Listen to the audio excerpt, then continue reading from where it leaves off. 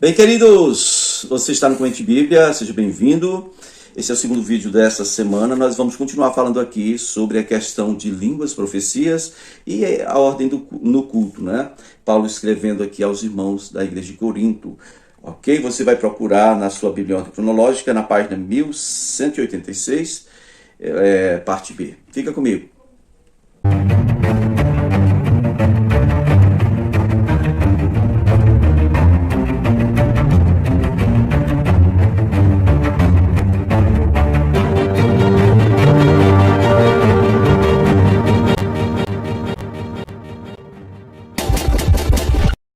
Então vamos lá na Bíblia em ordem comum, a Bíblia comum, normal, você vai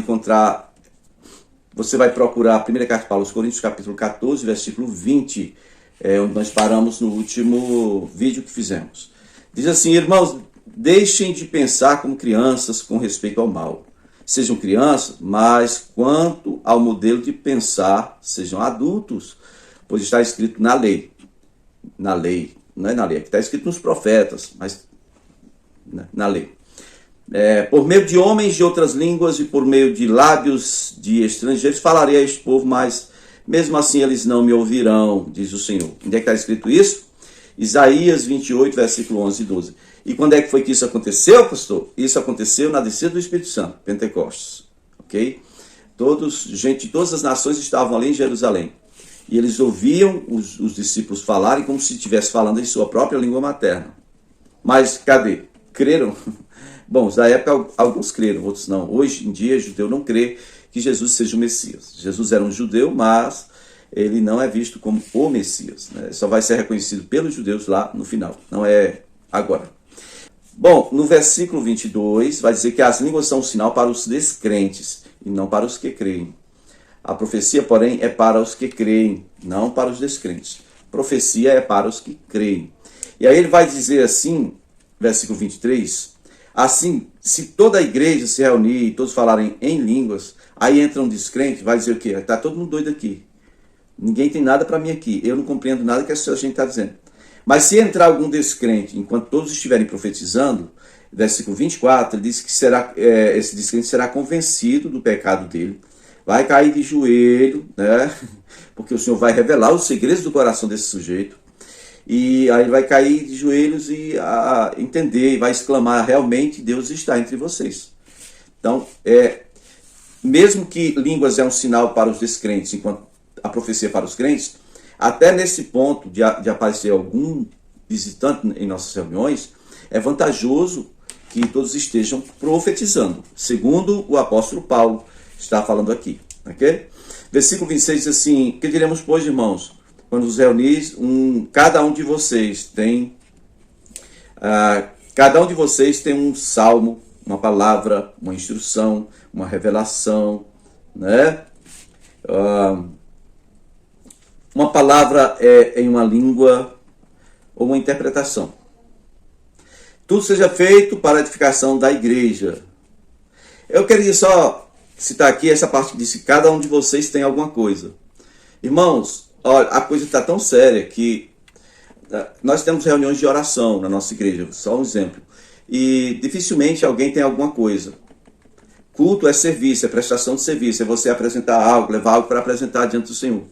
Mas, geralmente, só o pastor ou quem vai trazer aquela palavrinha para a meditação dos irmãos é que tem alguma coisa. Geralmente é assim, mas não devia ser assim, né? Está dizendo que cada um de vocês tem alguma coisa para apresentar. Então, quando for ao culto, principalmente ao culto de oração, que é um culto que você tem mais liberdade de participar ativamente, leve alguma coisa, busque alguma coisa da parte do Senhor para a edificação da igreja, por amor aos irmãos, àqueles que vão estar lá. Amém? É isto. E versículo 27 diz que se alguém falar em línguas, deve falar 2 ou 3 no máximo. A mesma regra para quem está profetizando, 2 ou 3, tudo com ordem e decência, sem ficar misturado, porque aí fica difícil de entender, né, gente? E no versículo 30, diz que se vier alguma revelação a alguém que está sentado, o primeiro deve calar-se, o primeiro que está falando, seja falando em língua, profetizando, seja o que for. Tem uma revelação aqui, deixa aquele outro falar, certo? Porque todos podem profetizar, cada um por sua vez, né? Conforme forem instruídos e encorajados, né? Versículo 32 diz que o espírito do profeta está sujeito ao profeta. Eu quero só fazer uma ressalva. Eu entendo bem isso aí. Mas tem momentos que, mesmo sabendo que o meu espírito está sujeito a mim, tem um espírito chamado Espírito Santo de Deus, espírito de profecia, ele não se sujeita a ninguém. Você pode olhar a vida de Saul. Saul, espiritual não, né? Será que Saul era mais espiritual do que Davi? De forma alguma. Mas, às vezes, o espírito de profecia vem sobre pessoas como Saul. E ele profetizou junto com os demais profetas, ok? Bom, mas o que Paulo está querendo dizer aqui é que Deus não é um Deus de desordem, mas de paz. Ele está querendo que a gente evite todo tipo de bagunça, todo tipo de coisa que atrapalha o entendimento da mensagem do Senhor. Então, se durante a palavra, você pode se conter. Tem casos aí que eu vejo que o pastor está pregando, alguém grita, "Ah, glória!"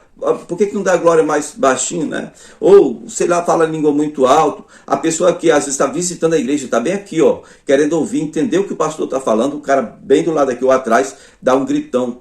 Para que isso, irmãos? Para que isso? Se é durante um louvor, alguma coisa assim, tudo bem. Mas no momento da palavra ali, de doutrinas, você tem que controle-se para que outras pessoas e a igreja, né, de forma geral, seja edificada. Em nome de Jesus, é o que diz Paulo. Eu falo em línguas mais que todos vocês. Ok, mas tem momento. Está no momento do louvor, pode falar em língua à vontade. Mas na hora da palavra, é uma palavra de Deus. Deus está falando com as pessoas. Aí o sujeito não tem uma revelação, não tem uma profecia, não tem nada para a edificação da igreja e vai atrapalhar. Simplesmente grita e é como se não tivesse controle. Isso é coisa de pessoa muito infantil, muito criança, muito carnal. Não faça isso, irmão. Aí você vai dizer assim, não, mas eu quero ter a minha liberdade. Você já tem liberdade. Mas liberdade para quebrar a regra que está aqui colocada na Bíblia, isso não é liberdade, isso é libertinagem. Está escrito aqui que Deus não é Deus de desordem, é de paz. Contenha-se. Né? Paulo vai falando dessas regras aqui, e lá no versículo 37 ele diz assim, ó, se alguém pensa que é profeta ou que é espiritual, está pensando a respeito de si, eu sou profeta, eu sou espiritual. Reconheçam que o que eu estou escrevendo, ordenando, isso vem da parte do Senhor. Olha aí no versículo 37. Estou mentindo não, estou falando a verdade. Certo? Aí tem uma parte aqui que eu pulei, do versículo 34 ao 36, que fala sobre a questão das mulheres não poderem falar na igreja. Tem muita gente que fica para descer dos tamancos quando ouve umas coisas dessas. Tem muitas mulheres que gostariam de arrancar esse texto e jogar no lixo, porque não entendem.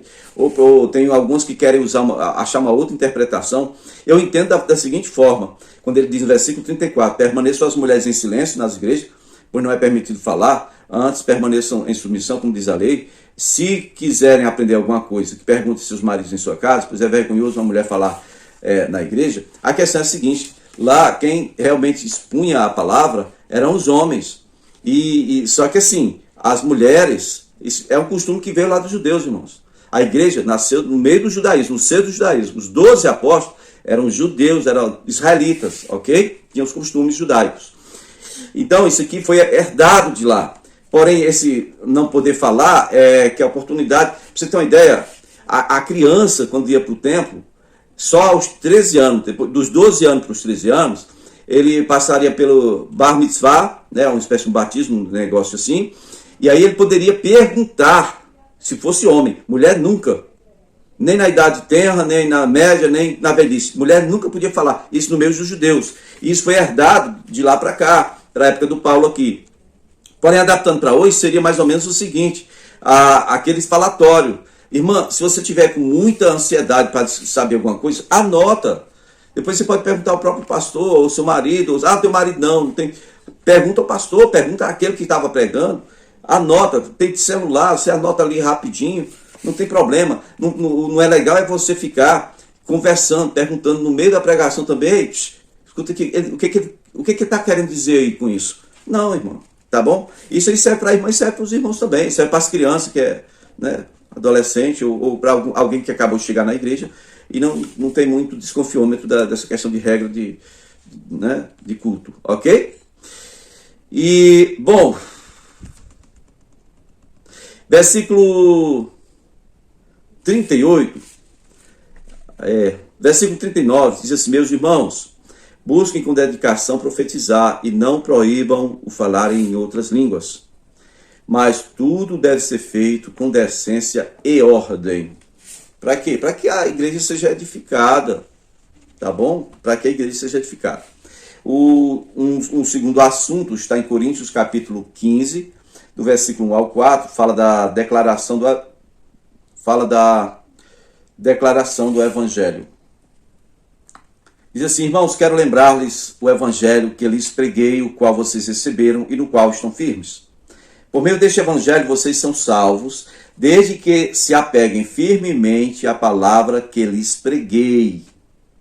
Caso contrário, vocês têm crido em vão. Pois o que primeiramente lhes transmiti, irmãos, foi o que eu recebi. Né? Que Cristo morreu pelos nossos pecados, segundo as Escrituras. Escritura de quem? Dos apóstolos. Não tinha Novo Testamento ainda. Que Cristo foi sepultado e ressuscitou no terceiro dia, segundo as Escrituras de quem? Dos apóstolos. Ok? Bom, por que Paulo está fazendo essa introdução aqui no capítulo 15? Dizendo para os irmãos: ei, irmão, volte para a base do evangelho que eu preguei para vocês. Ele tem que fazer isso também depois com os Gálatas, né? Porque, geralmente, quando não é aqueles judeus que vêm querendo impor costumes do judaísmo, geralmente é gente que não sabe de nada, nem do judaísmo, mas vem com ideias mundanas, né? Muito naturais, e querem inserir isso dentro dos ensinamentos apostólicos, dentro dos ensinamentos doutrinários da igreja. E ele está dizendo aqui, ó, eu quero lembrar vocês do evangelho que eu preguei para vocês, porque parece que estão crendo em outro evangelho. Parece que tem alguém ensinando alguma outra coisa. Parece que tem alguém querendo distorcer o que foi pregado, o que não era muito difícil. Já tinha muita gente fazendo isso naquela época do Paulo. Certo? Ele disse assim: olha, o evangelho que eu preguei para vocês, que vocês aceitaram e que se tornou base para vocês se firmarem. Por quê? Porque a questão é que tem gente aí dizendo que não existe ressurreição dos mortos. E no próximo vídeo nós vamos falar sobre essa questão da ressurreição dos mortos, né? Aqui, seguindo o curso da primeira carta de Paulo aos Coríntios, ok? No capítulo 15 agora. Fique com Deus e muito obrigado por ter visto esse vídeo. Se você ainda não é inscrito, eu te convido, se inscreve no meu canal aí, me ajuda a divulgar essa obra. Estamos por aqui desde 2018. Valeu!